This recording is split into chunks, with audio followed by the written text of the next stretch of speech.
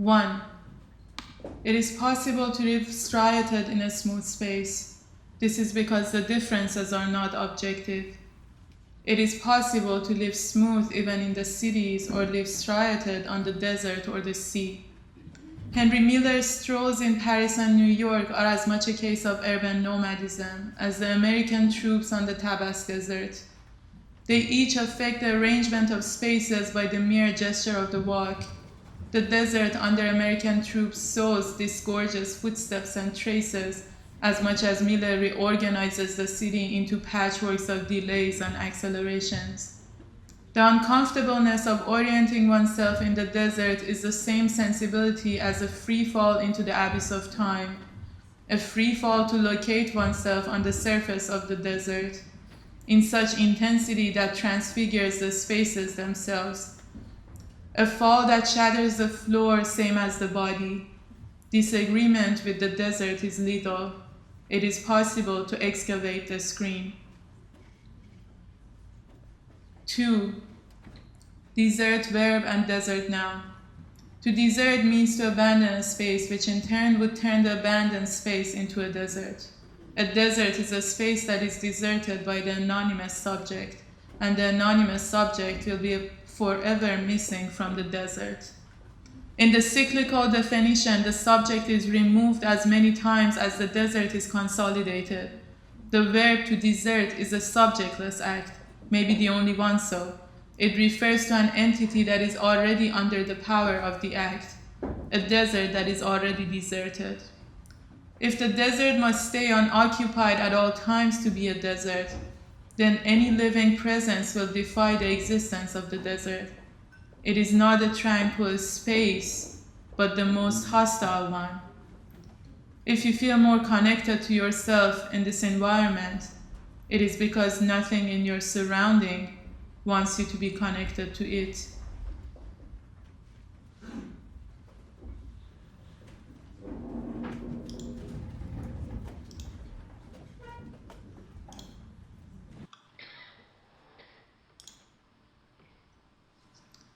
Nine. She sat down between the two chairs on her knees. I kneed down too.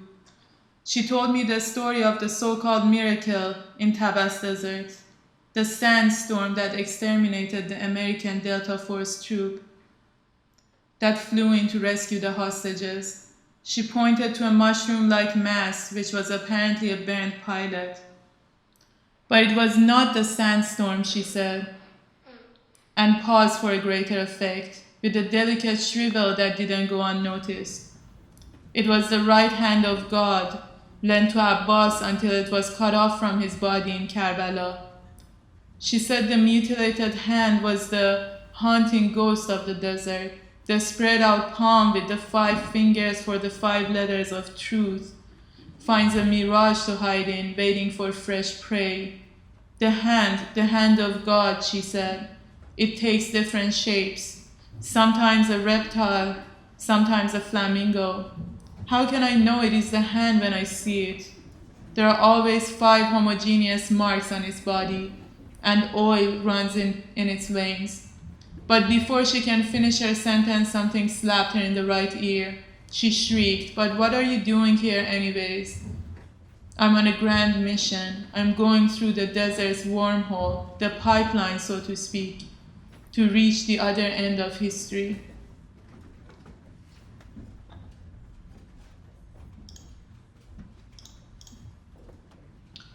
Seven.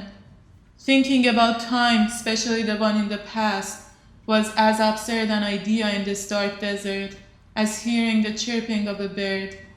He walked some miles more and he stopped. Suddenly walking seemed insignificant.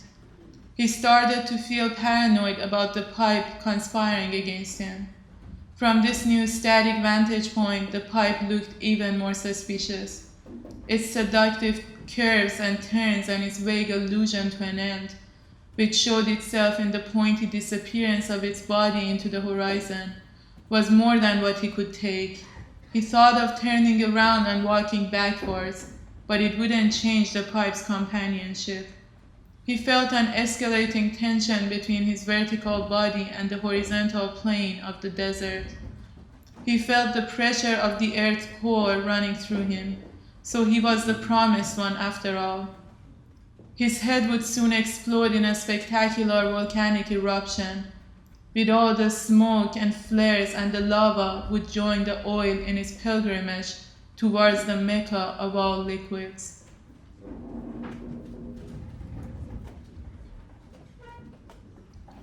"11. She's the blackening mother who ruthlessly opens up epidemic lines, contaminations, contagious machineries, alliances, etc., through a strategic epidemic which is nothing but the ungrounding depths of openness. Openness as the plague. Depth, this pandemonium of compositions, movements, and chromatism through which one performs the darkness. The hunger for discovery and finding something in and through depth, even a monstrosity, is a dramatic attempt to reach a grotesque sublimity. In depth, only blindness awaits."